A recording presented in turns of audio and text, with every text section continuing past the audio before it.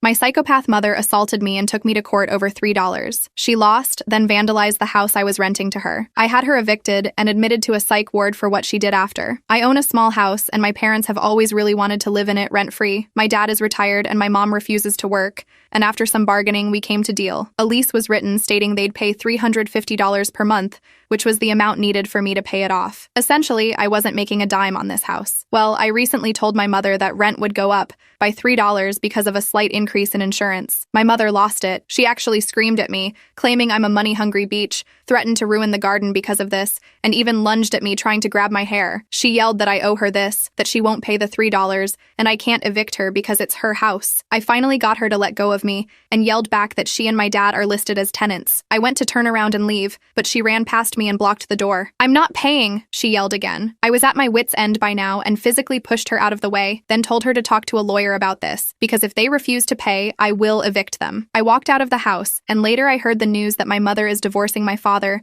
because he took my side when she told him about it. A few days later, I found out that my mother had actually gone to a lawyer, insisting that I had no right to raise the rent at all, and was determined to fight the $3 increase in court. The news hit me like a punch to the gut. I couldn't believe that my own mother was willing to drag this through the legal system over such a minor amount of money. It felt surreal, but in my gut, I knew this was just another attempt for her to exert control over the situation, another power play to try and bend things to her will. The whole ordeal of going to court was long and exhausting. My mother showed no sign of backing down, convinced she was entitled to the house. She kept arguing that the house belonged to her, that she had the right to stay there without paying more rent. It was as though the signed lease meant nothing to her. She was focused on portraying herself as the victim, emphasizing how I had betrayed her, how I owed her after everything she had done for me over the years. She made a lot of emotional statements, but none of them held up in front of the judge. The law was clear. A lease was a lease, and my parents were tenants. I was legally allowed to raise the rent to cover rising costs, even if it was just by $3. In the end, the judge ruled in my favor. The case was dismissed, and my mother's claims were rejected. My mother walked out of the courtroom in a cold silence. Her expression was a mix of anger and humiliation, like she couldn't believe what had just happened. She didn't say a word to me, but the silence between us was thick with tension. It felt like I was holding my breath, waiting for the next explosion, knowing it was only a matter of time. A few days passed with no word from her. I thought maybe this would be the end of it. Maybe she would finally accept that she had lost, but that was wishful thinking. My mother wasn't one to let go of something easily, especially when it came to control. It wasn't long before the next wave of drama hit. One afternoon, I got a call from one of the neighbors. They told me that my mother had been in the yard, ripping out plants and destroying the garden. By the time I arrived, the damage had already been done. The garden, which had once been a place of beauty and tranquility, was completely wrecked. Flowers were torn from the ground, pots were smashed, and the small trees I had carefully nurtured were uprooted. It looked like a hurricane had passed through. I stood there for a long time, staring at the destruction. I couldn't believe that my mother had gone this far. Her anger had reached a point where reason no longer mattered. It wasn't about the $3 anymore. It was about proving a point, about trying to control the situation and make sure I felt the weight of her rage. She knew how much the garden meant to me, and tearing it apart was her way of showing me that she could still hurt me, even when she couldn't win in court. I felt a deep sense of betrayal wash over me. This wasn't just a moment of anger or a heated argument. This was deliberate. She had taken the time to come to the house, to rip apart something she knew I cared about, all because she couldn't accept that I had asked for a small rent increase. I couldn't wrap my mind around how far she had gone, how deep her anger had run. It was clear to me now that she wasn't going to stop unless I made her. That night, standing in the ruins of my garden, I realized that I had no choice left. I had been avoiding it, hoping things would get better on their own, but now it was obvious they wouldn't. I had to evict them. I couldn't let my mother stay in the house any longer, not when she was capable of this kind of destruction. The decision weighed heavily on me, but I knew it was the only option left. I filed the eviction paperwork the next morning. The process felt cold and impersonal, like a final severing of the bond between us. But I had to do it. My mother had pushed me to this point, and there was no going back. When the eviction notice was finally delivered, my mother's reaction was as explosive as I had expected. She came to my house, pounding on the door, screaming about how I had betrayed her, how I owed her, how she would never leave. I didn't open the door. I couldn't face her in that state. I called the police, and they came to remove her from the property. As she was led away, she shouted that I would regret this, that she would make sure I paid for what I had done. Her words cut deep, but I didn't react. I was too tired. The whole situation had drained me, and I couldn't keep engaging with her anger. I just wanted it to be over. The court process for the eviction dragged on, but eventually the judge ruled in my favor once again. My parents parents were given 30 days to vacate the house. I knew my father would comply, but my mother was a different story. She refused to leave quietly. In the days leading up to their departure, she made the house unbearable. She scrawled hateful messages on the walls, left trash scattered throughout the rooms, and continued to try to intimidate me with phone calls and threats. The day they finally moved out, I felt a mixture of relief and sadness. My father left without saying much. He seemed broken, defeated. I helped him find a small apartment nearby.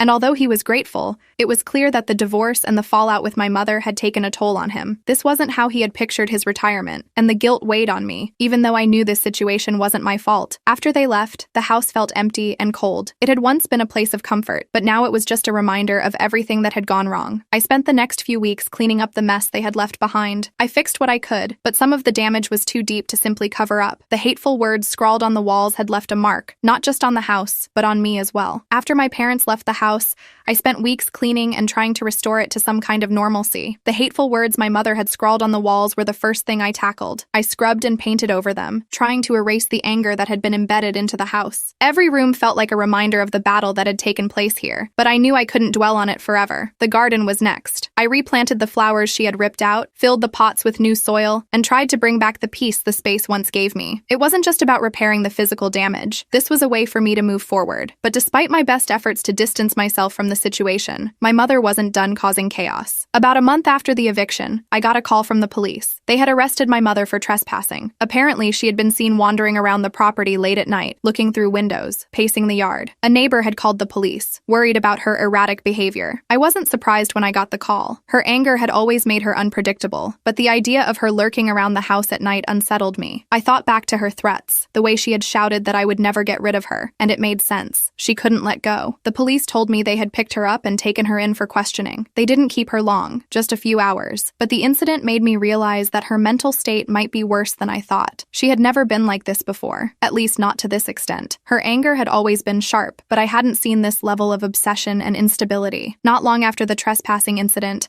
I began to notice other signs that something was off. My father, who had been mostly quiet since the eviction, confided in me that my mother had been acting increasingly erratic. He mentioned that she had started losing touch with reality, obsessing over the house, over me, and over the way her life had unraveled. He said that she was convinced I was out to get her, that I was plotting against her. He didn't know what to do, and for the first time, I saw fear in his eyes when he talked about her. Then one evening, I got another call. This time, it was from my Aunt Karen. She told me that my mother had been admitted to a psychiatric ward. After the arrest for trespassing, her behavior had continued to spiral, and she had started lashing out at anyone who tried to help her. My aunt had taken her to the hospital after a particularly violent outburst, and they decided to admit her for further evaluation. According to Aunt Karen, my mother was completely unresponsive, alternating between anger and deep depression. She was convinced that everyone was against her, and she had become a danger not only to herself, but to those around her. Hearing that my mother was in a psych ward filled me with a strange mix of emotions. Part of me felt guilty, as though I had somehow pushed her to this point, even though I knew that wasn't true. Another part of me felt relief, knowing that at least she was somewhere safe, where she couldn't continue to harm herself or others. It was strange to think of my mother in a place like that. She had always been so strong-willed, so controlling. The idea of her being helpless in a hospital felt surreal. A few weeks passed, and my father and I stayed in touch, trying to support each other through the aftermath of everything that had happened. He visited her at the hospital, but I didn't go. I couldn't bring myself to see her like that. Not yet. I needed time to process everything, to come to terms with the fact that my mother had spiraled so far out of control. Then, one day, I got another call. This time, it was from the hospital. My mother had been discharged. They said that while she wasn't fully stable, she had shown enough improvement to be released. I wasn't sure what to think. On one hand, I was glad she was doing better, but on the other, I worried that it was too soon. I wasn't ready to deal with her again. I wasn't ready for whatever came next. After her release, my mother moved into a small apartment near Aunt Karen's house. I didn't visit her, but I heard from my aunt that she was trying to get her life back together. She was seeing a therapist regularly and was on medication to help manage her anger and paranoia. It was a slow process, and while she wasn't back to her old self, she was at least making progress. A few months went by, and life settled into a strange kind of normal. I spent my days working on the house, continuing to rebuild the parts of it that had been damaged, both physically and emotionally. My father and I saw each other regularly, but my mother remained a distant figure in my life. I wasn't sure if I would ever be ready to reconnect with her. The wounds were still too fresh. But then, one evening, I got a call that changed everything. My mother had been arrested again. This time, it wasn't for trespassing. She had gone back to the house, broken in through one of the windows, and had started tearing apart the garden once again. The neighbors had called the police, police. And when they arrived, they found her in the middle of the yard, screaming and pulling up plants, just like before. They took her away in handcuffs, and I knew that this time, things had gone too far. I went to the police station the next day to find out what was going on. They told me that my mother had been charged with vandalism and trespassing, and that she was being held for a psychiatric evaluation. This time, it wasn't just about the house or the rent or the $3 increase. This was about her mental health, about the fact that she had lost control of herself and her actions. The court process for her vandalism charge took several months, but in the end, the judge ruled that she needed to be committed to a long-term psychiatric facility. It wasn't just a temporary stay this time. This was a more permanent solution. The doctors had determined that her mental state was too unstable for her to live on her own, and she was a danger not only to herself but to others as well. Hearing that my mother would be committed to a psychiatric facility